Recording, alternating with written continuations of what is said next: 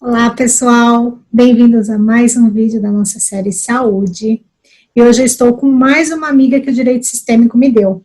Aí vocês vão falar, nossa, mas toda hora você fala isso.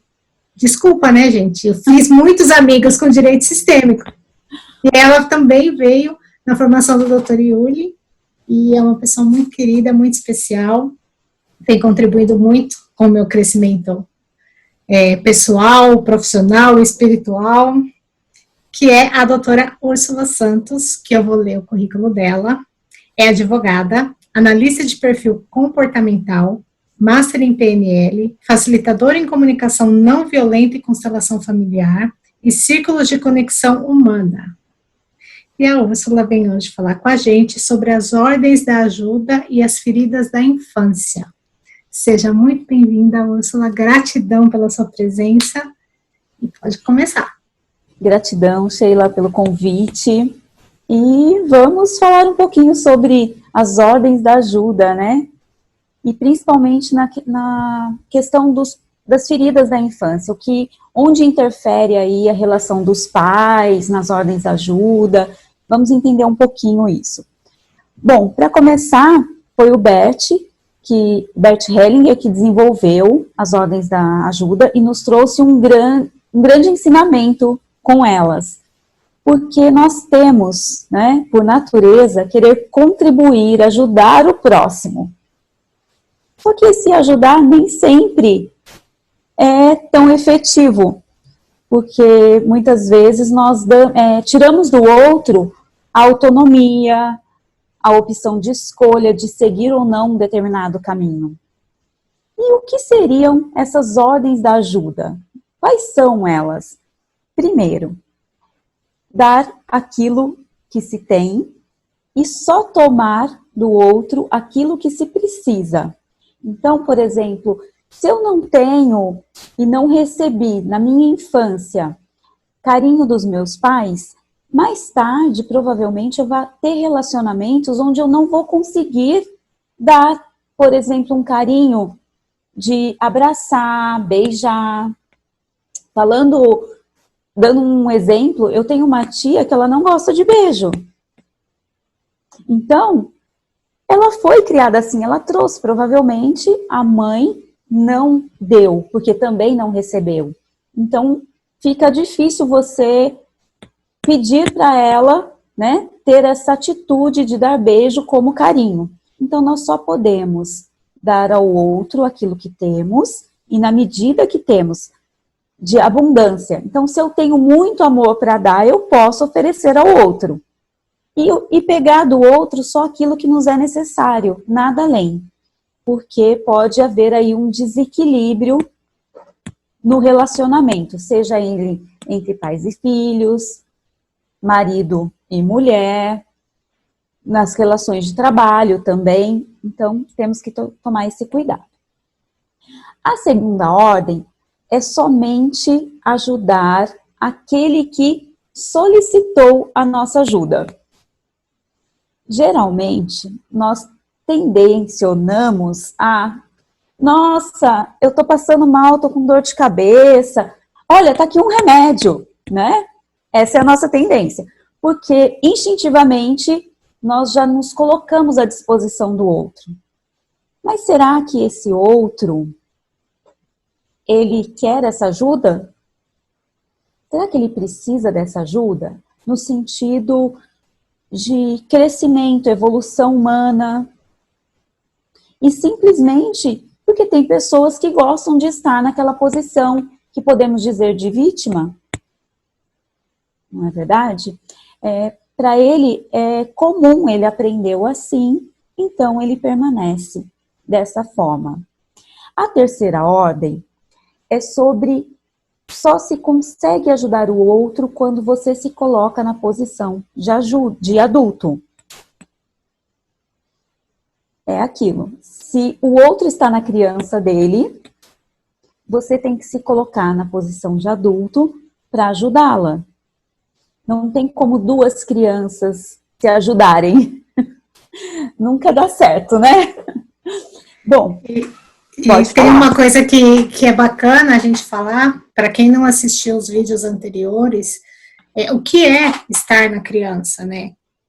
Você fala assim, mas eu sou adulto. Às vezes não, às vezes a gente acha que está na posição do adulto e está na criança. Então, eu sempre falo assim, quem grita, esperneia, reclama, é criança. Adulto senta e resolve as coisas que tem que resolver. Então, Exatamente. é exatamente isso. Às vezes a pessoa chega esperneando. Porque aconteceu isso, aquilo. E aí você, automaticamente, você vai lá e ajuda. E normalmente isso não vai dar certo. Porque ela estava na criança, ela não te pediu ajuda e você foi lá intrometido, de bom coração, porque a gente sabe que tudo que a gente faz é por amor, mas foi lá e se meteu. E normalmente isso não dá certo, né? Não, e quando nós percebemos, e assim, é muito fácil você perceber se o outro está na criança, porque até a gesticulação, né, aqueles olhares assim, é parte da criança. Então, é fácil de identificar quando até nós mesmos, se a gente usar essa percepção com a gente também se encontra nesse papel muitas vezes. Por quê? Aí eu vou falar um pouquinho mais à frente, mas só adiantando um pouquinho, que são as feridas que nós trazemos da infância que fazem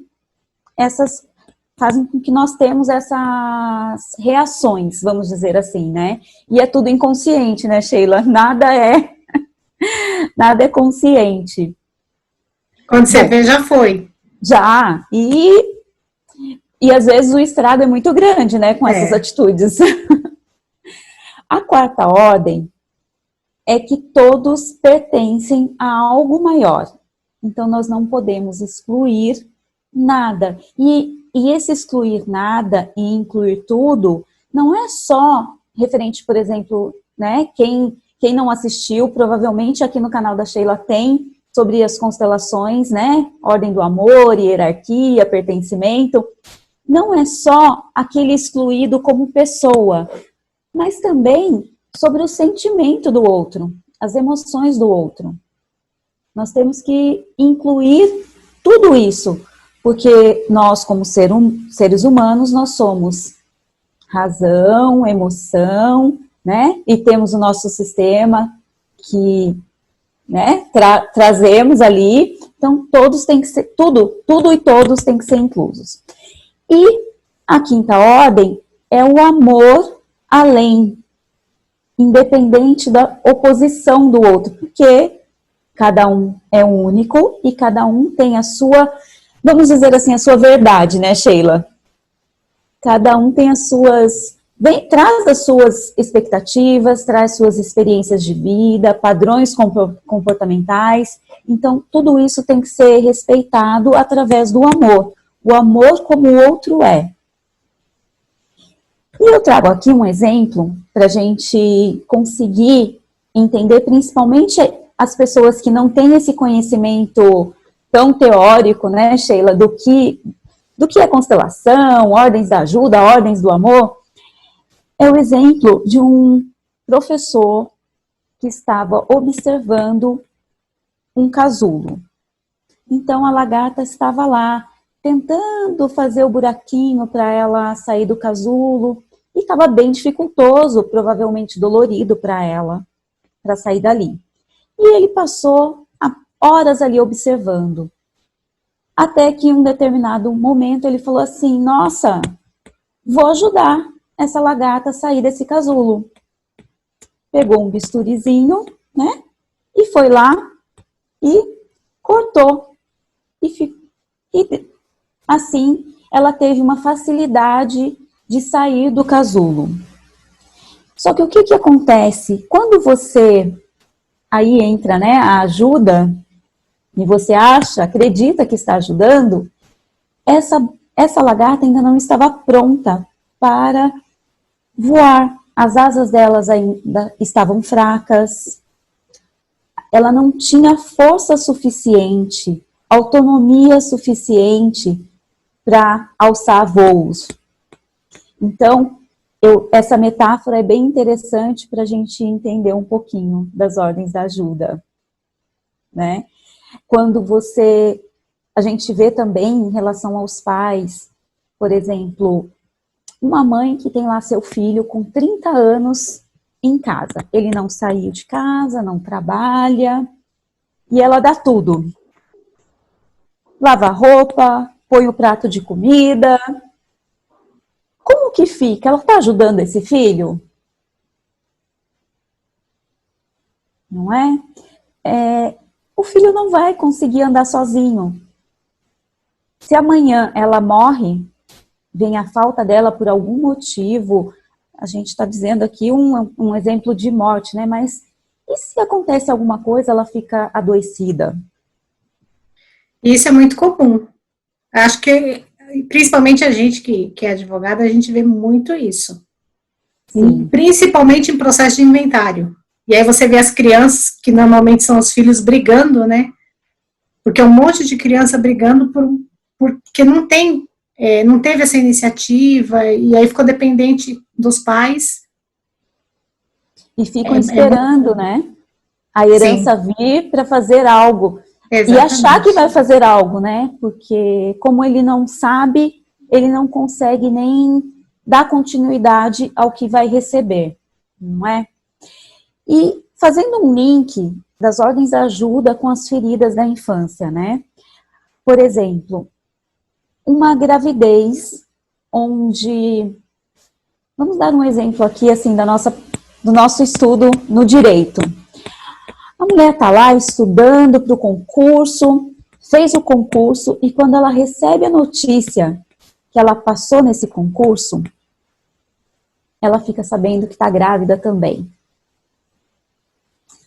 Então, isso tudo vai gerar uma sensação para aquele feto que está ali dentro do ventre. E provavelmente ele vai se sentir rejeitado um pouco, porque essa vinculação dela em relação vou tomar posse e tô grávida, né? Esse dilema dela vai causar um efeito no filho. E o que isso pode causar futuramente? Ela causou ali um sentimento de rejeição, porque o feto lá dentro ele não compreende o que está acontecendo e que não é ele a causa desse sintoma da mãe, e ele pode se sentir rejeitado. Aí ela vem, né, toma posse, vai passar gravidez, tem um filho, só que por conta desse sentimento que ela teve no início, ela começa a super proteger o filho. Isso ajuda? Vai ajudar essa criança? É muito interessante, né, essas feridas que são formadas em relação à mãe querer ajudar de uma forma para suprir algo que ela achou que fez de mal para a criança, ela ainda piorar a situação. E lembrando que todos esses movimentos são inconscientes na maioria das vezes. Então, por mais que a mulher tenha aquele amor de mãe e tudo mais, mas esse sentimento de rejeição está lá escondidinho no fundo da cabeça, né? E aí todas essas dinâmicas que vão acontecendo são todas inconscientes. Então, o rejeitar o filho, super proteger, tudo a gente faz, vamos dizer assim, sem querer. Sim, é muito sutil, né? E a gente não tem essa percepção de mudar.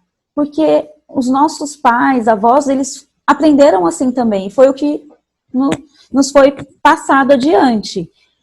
E outro detalhe, né? A criança começa a engatinhar ou começa a querer andar e a mãe quer ali, o pai, e não só os pais, né? Tios, primos, enfim, quem está ali em volta daquela criança, quer já forçar ele para andar mais rápido, tudo.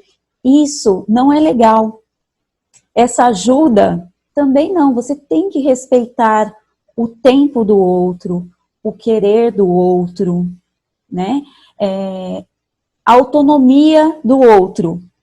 E acaba que nós que estamos no curso lá do Dr. Yuli, né? Vemos que os traumas causados na infância nos impede de uma autonomia depois, quando adultos. Então é importante deixar a criança no tempo dela. Tá engatinhando? Então deixa, ela vai conseguir andar. Mas se você forçar uma ajuda, isso traz grandes problemas lá na frente. Porque a tendência dos pais é achar que não, que só está dando um empurrãozinho.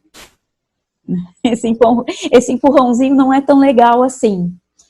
E falando um pouco agora, né, de mais feridas que acontecem em relação ou a ajudar a si próprio ou ao filho, nós temos as feridas do abandono, da rejeição, da humilhação, traição e injustiça. Então, muitas vezes, os pais, por quererem proteger, achando que está ajudando o filho, ele pode incorrer nessa formação de feridas na criança. E quando você está no seu período ali de criança, adolescente, você não tem a percepção delas. Isso você só vai ver quando acontece lá na frente algumas situações corriqueiras que você enfrenta, não resolve, ela aparece de novo e você não sabe por que aquela situação está acontecendo novamente na sua vida.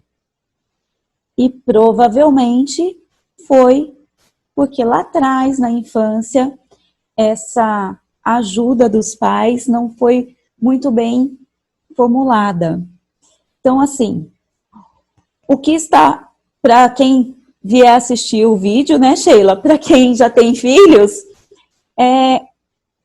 ter essa percepção e orientação de talvez procurar algumas ajudas, né, seja na constelação, seja com psicoterapia, com Theta Healing, enfim. E tem esses vídeos também aqui no canal, né, Sheila? Para quem se interessar. Mas é importante que nós todos, né, a gente tenha essa consciência de que todos nascemos com trauma. Já temos o vídeo do Dr. Yuli, e eu falei assim, no fundo, todos nós somos traumatizados, porque o próprio parto já é um trauma, né? Você está num lugar quentinho, você está seguro, e de repente te jogam para fora, te batem, né, vira de ponta cabeça, e você está lá no mundo. Então, acho que se você não tem o trauma antes da concepção, o parto já é um trauma por si só. E as coisas, as dinâmicas inconscientes que nós fazemos. Isso é importante, a gente ter a consciência e observar, para não repetir, né, para tirar essas lealdades que a gente tem com o nosso sistema.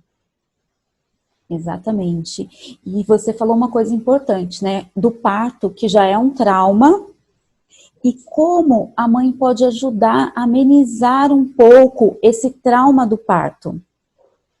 Eu fiz uma vez um estudo sobre essa dinâmica mesmo, né, do que você recebe durante a gestação e que na hora do parto fica, você não lembra. Você pode ter lembranças depois, conforme as situações vão aparecendo no decorrer da vida.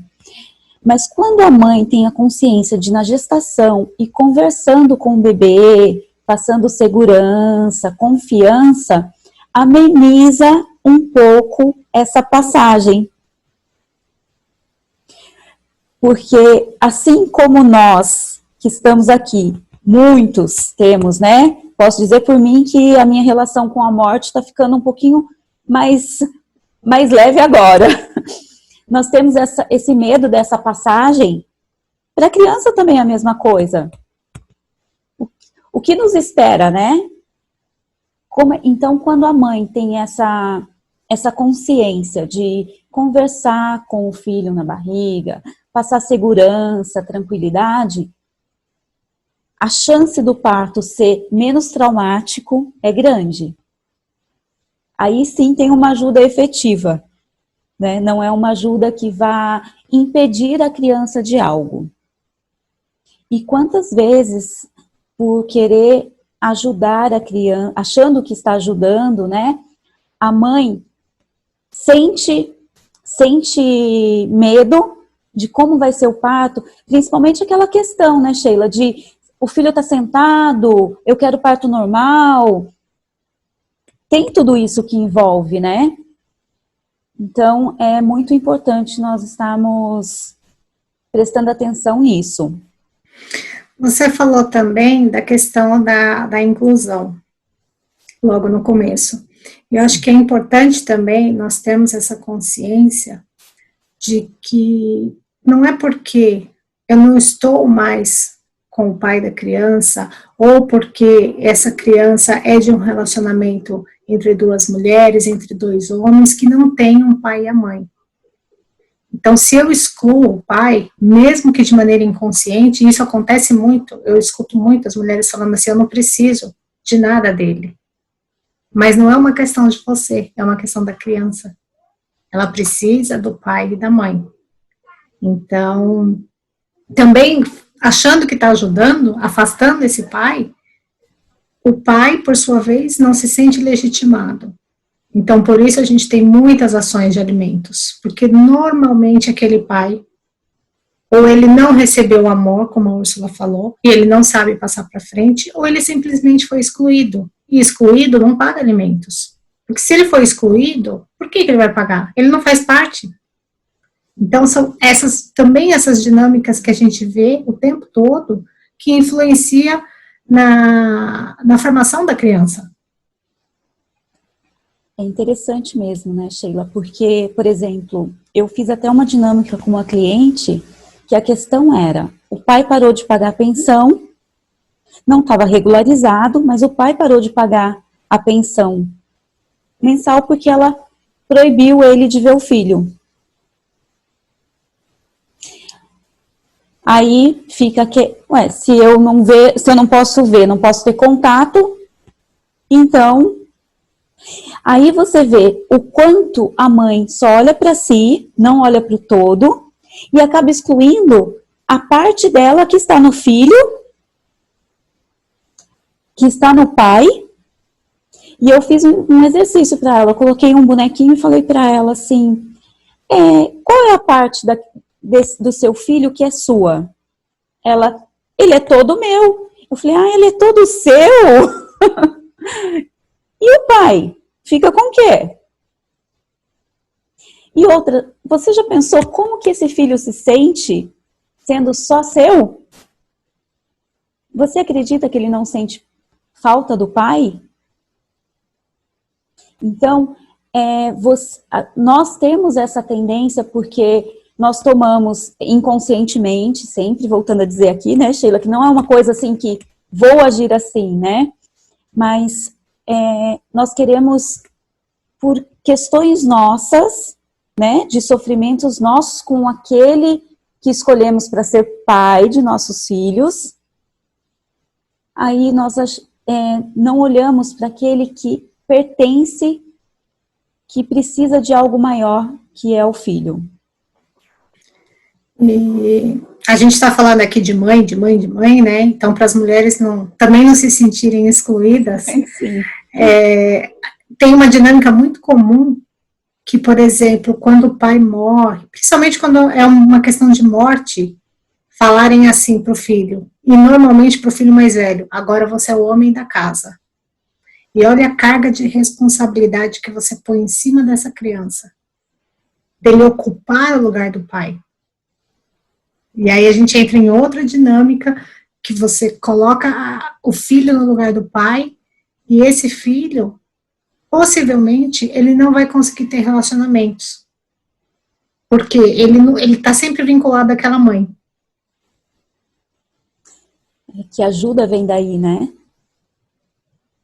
E são coisas que a gente faz inconsciente. Eu vi outro dia, né, a gente tem visto, acompanhado muito por essa questão do Covid, e pessoas que perderam os pais, e aí os outros, no intuito de consolar, falam, não, você tem que ter força, porque você tem que ficar do lado da sua mãe, porque agora você é o homem da casa.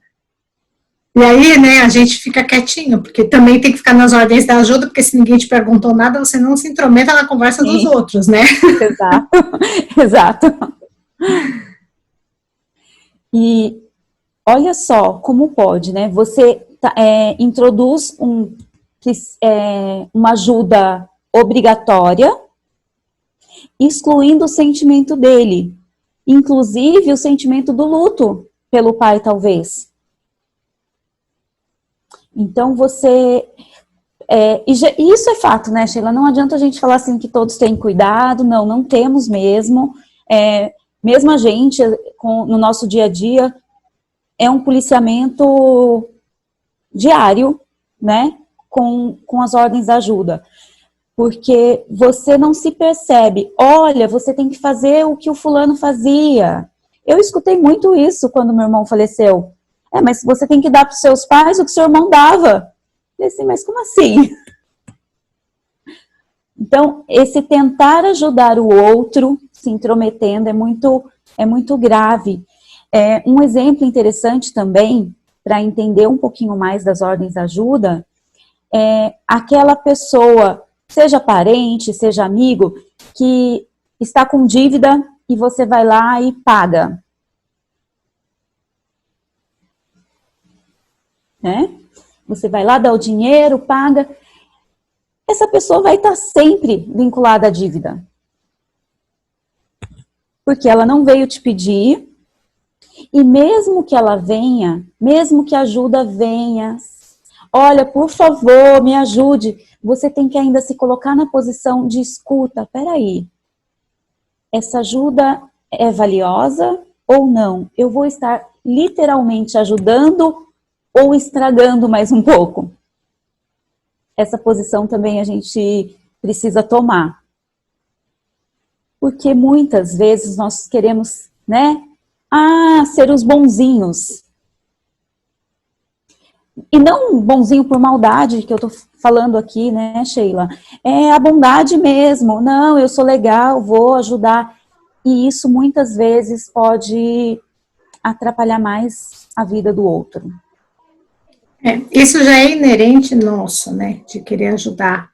E aí, dentre todas essas dinâmicas que a gente vê, que são inconscientes, às vezes você também ajuda para suprir uma falta sua.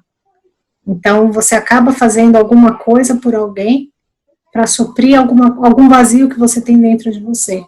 Então, por isso que é extremamente importante a gente sempre estar olhando, né, como diz na Bíblia, olhar e vigiar e o tempo todo. E não vou falar, não é porque a gente está estudando que a gente sabe que a gente fica 24 horas perfeita, né, Uso? Quando você vê, você já chamou a atenção do pai e da mãe, você já se intrometeu na vida do outro, você já deu palpite. E parece que quanto mais a gente estuda, pior fica. Quanto mais consciência a gente tem, pior fica. A ignorância nos protegia, né? Eu sempre falo isso, a ignorância é uma bênção.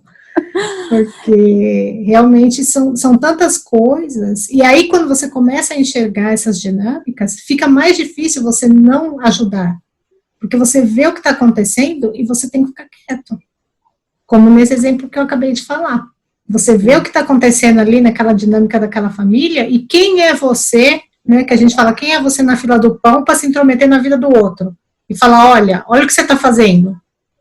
Porque cada um tem que ter a sua consciência no seu tempo. E, assim, você atrapalha um crescimento do outro, muitas vezes, né? Porque, por exemplo, nesse caso de empréstimo do dinheiro, às vezes a pessoa não está trabalhando, então, de repente, uma ajuda, e isso depende do caso, estou dando um exemplo aqui, pode ser, talvez conseguir, olha, eu conheço alguém que tem um serviço, você topa, e mesmo assim, pode ser que aquela pessoa não queira isso. Ela não está aberta para isso, né, para receber esse tipo de ajuda. Caímos também na questão do vitimismo, né? Porque... O doutor Leonardo Romero, ele sempre dá esse exemplo, ele fala, gente, também não é porque a gente está vendo as ordens da ajuda, que se uma pessoa desmaiar do seu lado, pelo menos você não vai pegar o telefone e ligar para o SAMU. Exatamente. Não sejamos radicais, né? Sim. É só saber a extensão dessa ajuda. Claro que, por exemplo, num acidente, Se tem uma pessoa presa dentro de um carro, você não tem condições de ajudar mesmo, porque você não tem ali habilidades de de um resgate para poder fazer. Então, você chama o resgate, aguarda ali no local, né? Chama a família, enfim. Saber os limites da sua ajuda é muito importante, né? Sim, e parte daquilo que você falou, né? Ajudar com o que eu tenho. E acontece muito que às vezes você não tem nem para você e você está querendo ajudar o outro. Exato. É muito interessante, né? Quando a gente começa a discutir um pouquinho as ordens da ajuda, porque elas tomam uma proporção muito grande, que a gente tende a achar que é só ali naquele momento mesmo de estar ajudando, auxiliando o outro, e não. Ela vai muito além. Ela não é só uma ajuda física, assim, que é palpável, né, Sheila? Ela vai além. Sim. E aí, cada vez que você interfere, você vai colocando mais uma sementinha, mais um traumazinho, como diz o Yuli, vai colocando inconsciente. E essa criança vai receber e, por lealdade, ela vai possivelmente passar para frente. E isso vem, agora me fez lembrar de uma coisa que vem sobre as feridas. Por exemplo, a pessoa que se sente rejeitada. Então ela já vai atrair situações para validar aquela rejeição. E quando você olha de uma maneira diferente para isso, você consegue compreender que se você fizer aquela mesma ação, você vai estar retraumatizando o outro. É interessante isso, né? Esse olhar é muito valioso. Claro que a gente não consegue 100%, né, gente? Nunca. Por mais que... eu estava até vendo essa semana um vídeo, não lembro de quem, que falou assim, se Bert Hellinger constelou a própria mãe com 94 anos, ele ainda tinha questões para resolver com a mãe dele. Com 94 anos, quem somos nós, né?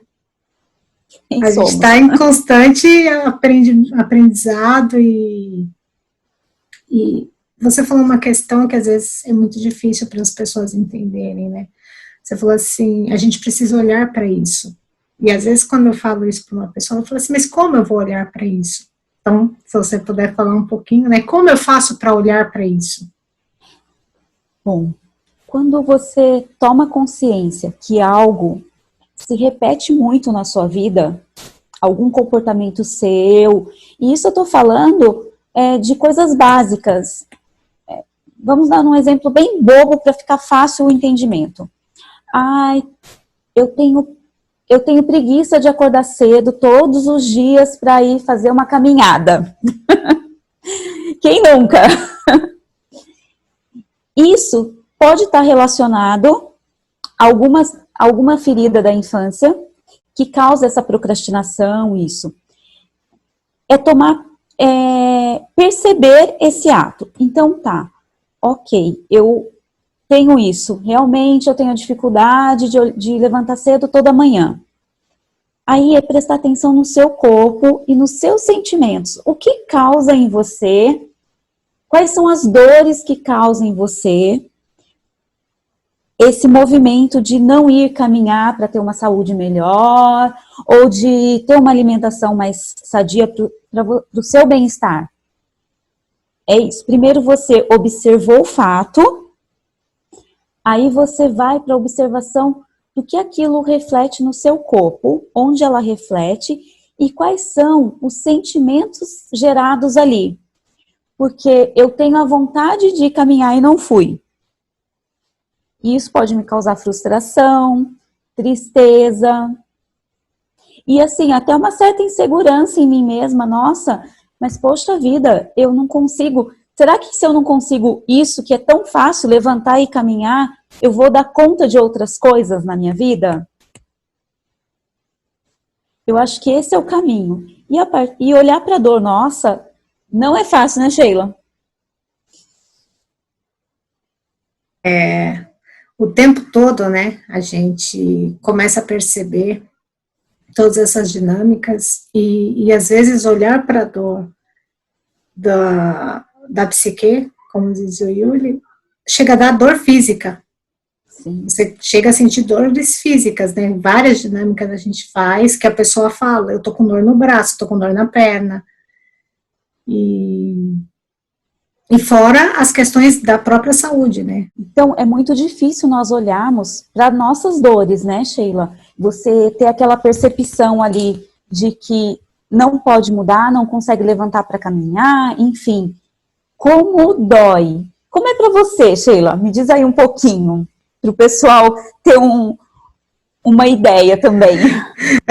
Esse povo do direito sistêmico, tudo eles têm bola de cristal, né? Ela foi pegar justo no meu calcanhar, que é acordar cedo.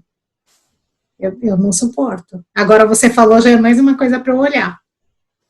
Me dá até coisa ruim. Se você tá passeando, tudo bem, mas no dia a dia, eu vou até meia-noite, 2 horas da manhã trabalhando, mas não me pede para acordar cedo. Realmente, aí eu vou ter que olhar para isso agora. E para O que me causa? Ainda, Eu tenho a capacidade de acordar para escutar a meditação do Tadashi e dormir de novo. Mas levantar jamais. Agora eu vou ter que olhar para isso, tá vendo? E aí que fala, né? Como eu olho para isso? Né? O que será que me trouxe esse sentimento de não querer levantar cedo?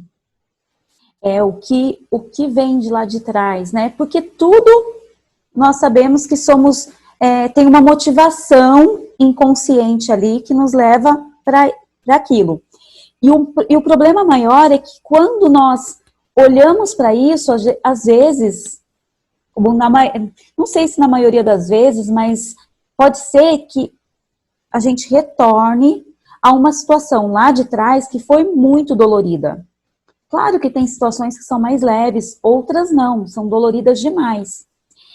Até estudando as feridas da infância, eu estava aqui cozinhando e de repente voltou uma memória da minha formatura de 8ª série, onde meu pai foi buscar a mãe dele e a cerimônia começou e eu tive que entrar com o diretor da escola. Só que quando veio essa memória, eu me peguei olhando para trás, sabe, assim, tipo, cadê você que não tá aqui? E foi muito dolorido, porque volta, né, essa questão do abandono. E olha para a ajuda. A ajuda dele aí estava onde? Estava para buscar a mãe, ajudar a mãe. Então, e olha o que causou no outro. Então, você tem que pensar até a que ponto a sua ajuda interfere no todo. Por isso que vem a 4ª ordem, né? Você olhar para o todo e incluir todos. Porque às vezes eu estou ajudando você, Sheila, mas tem seu marido, seus filhos, seus pais. Será que essa minha ajuda não interfere também nesses terceiros? Indiretamente? Então, eu acho que é interessante. E é se perceber mesmo. Sim, e também validar, você falou a questão da sua formatura de 8ª série, e às vezes a gente não olha para a criança também. A gente acha que as dores da criança são bobagens, porque aquilo, né, perto de pagar boleto, aluguel, água, luz, o que essa criança está sentindo é o de menos. Então é importante também que a gente valide o sentimento dessa criança, que a gente olhe para o que ela está sentindo, por que ela está sentindo aquilo, porque às vezes são as suas dinâmicas inconscientes que acabam afetando no comportamento dela. Sim. E às vezes ela tá chorando, ou ela tá... E você fala assim, para de chorar, que besteira. E é muito comum. A gente faz isso o tempo todo, a gente não valida o sentimento do outro. E principalmente quando a gente acha que aquele outro é menor, que é o que normalmente nós fazemos com as crianças, né? E como nós trazemos essa questão para o adulto, né? Nós não fomos, então, nós não aprendemos e não fomos ensinados a ter consciência do que a gente está sentindo. E, por exemplo, a criança faz birra, como você disse. A mãe não tem a paciência de olhar e falar assim, escuta, o que, assim, né? Não dessa forma, mas o que é importante para você? E o que você está sentindo para estar fazendo essa birra? Porque não tem essa paciência, o tempo é corrido, ainda mais hoje em dia. E o que isso causa lá na frente? De você não saber lidar com esses sentimentos, e nós que estamos nessa busca, estamos nessa área aí do sistêmico, de olhar para si, tudo, quantas coisas nós nos deparamos hoje e olhamos, e lá atrás eu ficava triste, mas eu nem sabia de onde vinha, o porquê vinha. Então é muito importante. E é muito, quando eu entrei no curso do Yuli, eu gostei muito, porque traz muita questão da comunicação não violenta, né, Sheila? Que é a sua especialidade também, né? E ela traz muito essas percepções pra gente do nosso dia a dia, para você ir aprendendo a nomear seus sentimentos, a prestar atenção no que é importante para você naquele momento. Então é bem gostoso essa junção, né, do sistêmico com a CNV e as outras ferramentas que servem muito de auxílio para você caminhar. E a questão também do não julgamento, né? Também é uma ordem da ajuda, porque muitas vezes eu me coloco no lugar do julgador, porque eu acho que eu sei o que é melhor para o outro. Isso é muito comum, gente. A gente faz o tempo todo. Não come isso, não faz isso, faz aquilo, porque eu, na minha superioridade do que eu sei o que é certo e errado, bom e mal, eu vou lá e falo pro outro. E eu acabo interferindo nas ordens de ajuda, na autonomia do outro, né? Sim, é aquilo, né? O que é certo e o que é errado, né? Onde está escrito essa dualidade, né? Você, vamos dizer assim, no mundo jurídico nosso, você faz uma petição assim, não, dá 5 espaços aí para começar a colocar, a nomear as partes. Então, isso tudo, no dia a dia nosso, e isso a gente está dizendo dentro de casa. Olha, arruma a cama, porque cada um tem o seu jeito, por exemplo, de arrumar a cama. Filho, não é assim que arruma. A cama vai estar arrumada, não vai? Só não vai ser do seu jeito. E essa questão da nossa verdade, né, absoluta, ela não é absoluta, né? E talvez pensarmos que com a verdade do outro, nós podemos enriquecer a nossa verdade. Seria interessante, né, Sheila? E lembrando que é aquilo, né? Sempre que alguém atravessa o nosso caminho, atravessa sim, que faz parte, essa pessoa sempre busca perceber o que ela veio te mostrar do teu sistema, que nem agora, a Úrsula veio me mostrar por que eu não gosto de acordar cedo, agora eu vou ficar com isso na cabeça, né? Mas sempre alguém se aproxima de você para te mostrar alguma coisa, e a gente tem que estar sempre com a nossa anteninha ligada para perceber o que essa pessoa vem me ensinar, o que ela vem mostrar que eu preciso ver do meu sistema. Porque é aquilo, o problema nunca é do outro, o problema não é problema, mas as questões nunca é culpa, nunca é responsabilidade do outro, é sempre dentro de nós. Nós atraímos as situações, nós que não vemos, nós que julgamos, é tudo a gente. Aí quando a gente começa a perceber isso e para de querer colocar no outro, aí tudo começa a fluir. Aí tudo melhora, né? E essa questão de ajuda num sentido mais sutil de você, como você disse, né? A Úrsula agora me chamou a atenção para isso. E a Sheila, com o convite que ela me fez, ela também me ajudou nessa questão de começar a desenvolver essa capacidade. Olha, você pode ir lá fazer um vídeo, você tem capacidade, confia em você. Coisas que às vezes a gente tem medo, porque a vulnerabilidade nossa, né? Você se vulnerabilizar diante do outro é muito difícil. Você mostrar as suas fraquezas, e isso tem a ver com as ordens da ajuda, porque muitas vezes precisamos de uma ajuda e não pedimos justamente por isso. Eu vou estar mostrando uma fraqueza, como assim? O que o outro... Daí vem o julgamento, né? O medo do julgamento, né, Sheila? O que o outro vai pensar de mim? É um assunto muito, muito gostoso, esse das ordens da ajuda. Dá pra gente ficar aqui uma semana conversando, né? Dá sim. Mas eu sei que a Úrsula, ela tem...